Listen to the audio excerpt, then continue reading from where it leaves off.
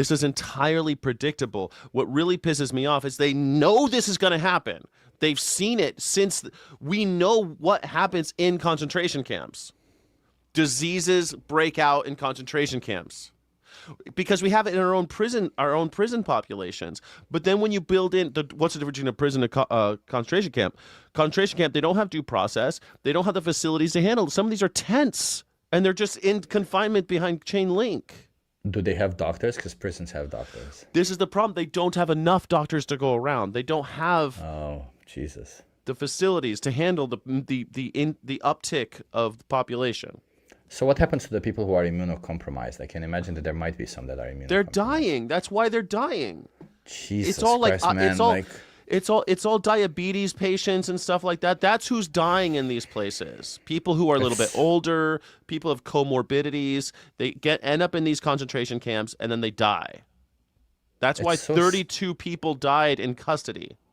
It's so inhumane, man. It's so inhumane Yeah. to treat people like this. Like, oh, you were not born here. I didn't choose where I was born. I just wanted a better life for myself. Can you stop being an asshole to me? Can you stop putting me in a place where I have a higher chance of dying than where I'm at? And not just that, but I also have a chance of spreading my disease. Not just me dying, but also spreading the disease. Yeah, It's like, exactly.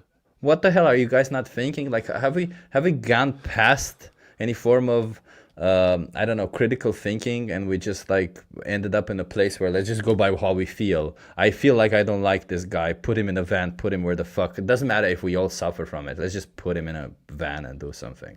Yeah, it doesn't matter how much this comes and bites us in the ass. Yeah. Yeah. Just because I hate them so much, let's use our scapegoat and stick them out of there.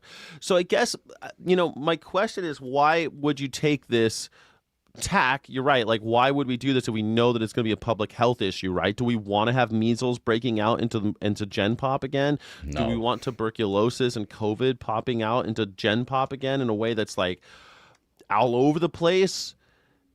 I think that it's right to take your right to health as a human right. That's a human right. That is not dependent on citizenship. It's dependent on your personhood, your right to personal health. Like we tend to neglect non-citizens. We neglect animals. We neglect anyone who isn't a citizen. We neglect people, even if they are citizens. If they're the wrong skin color, we neglect them. We put them in prison. We put them in shitty schools. We do anything we can to neglect and underserve them. So, how closely related is citizenship to personhood? Are you not a person if you're not a citizen? No, of course not. You should definitely be considered a person regardless of your citizenship. If I visit your country and I get sick, I should definitely have access to healthcare and treatment, right? I don't think that even if I was to be coming there illegally or something, I shouldn't have access. I should still have access to healthcare. The whole point of healthcare isn't, it's not an economic thing, right? Healthcare isn't economy. Let's make the economy better. Healthcare is for the people. It's for the sake of the people. And there's so few immigrants and so few of them are illegal that, like, to claim, oh no, I'm not going to help this person because they're not legally registered on some shit is kind of fucked up. We help even criminals when they, like actual criminals in jail and all this kind of stuff. We help them who have done bad things. We still provide healthcare because everybody has the right to healthcare, which is a fundamental human right, I would say. You think so, that it'd be a fundamental human right for everybody. And it makes me insane to think that it's now, oh no, it's just you have to be a citizen to be a human being. When did that happen? So, I mean, I think that this is the whole problem, right? It's that they really believe that you're not a human being if you're not a citizen. You can hear people in the chat say it all the time. That, Yeah. well, they're illegal. That's why they say illegals. That's why he calls them rats.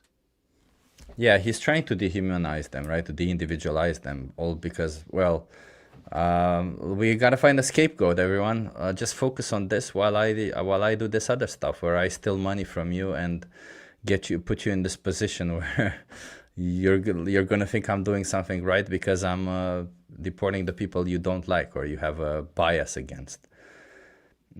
It's not nice. I mean, let's face it, none of us want to be put in a position where our health is at risk and nobody can help us, or in a position where our health is put at risk because of how we were born. So, no, let's not do that to humans.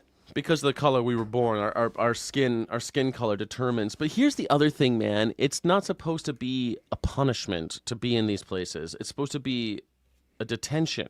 That's why people who say, oh, well, it's not a concentration camp, that's not fair. This is a concentration camp. Calling it detention camp, a detention center, that is insulting to your intelligence. Anybody here who calls it a detention center with a straight face is lying. They've been lied to. You've been had.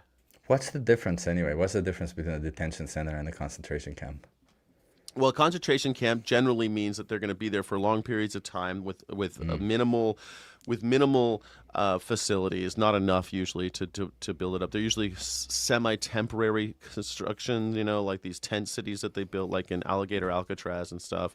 They're military barrack style, and they're kept for So there are concentration camps. Yeah, they're concentration camps. Look at them. You mean labor camps? Well, they could be labor camps too. Is that okay?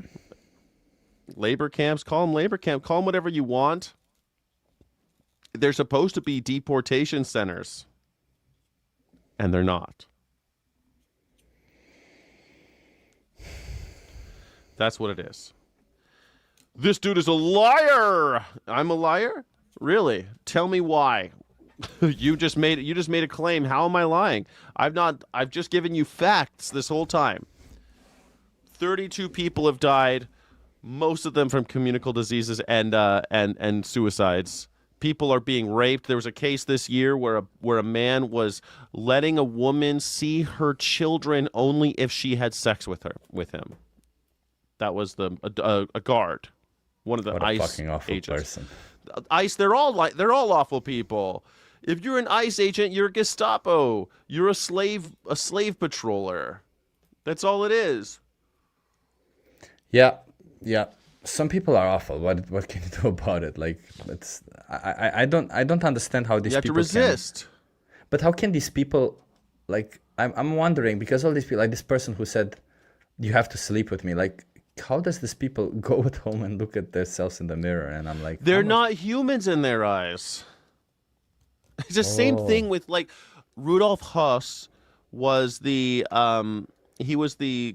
capo over at, he kind of like invented the death camp. He was the guy over in Auschwitz. He's probably if you think of just one guy carrying out mass murders, he killed 2 million in about 2 years, and they think of him as one of the most prolific serial killers in the history of the world. And he had a Jewish concubine there. He just didn't see her as, human. Pretty messed up, right? How is that different than what we're doing now? It's not. It's fairly oddly similar, actually.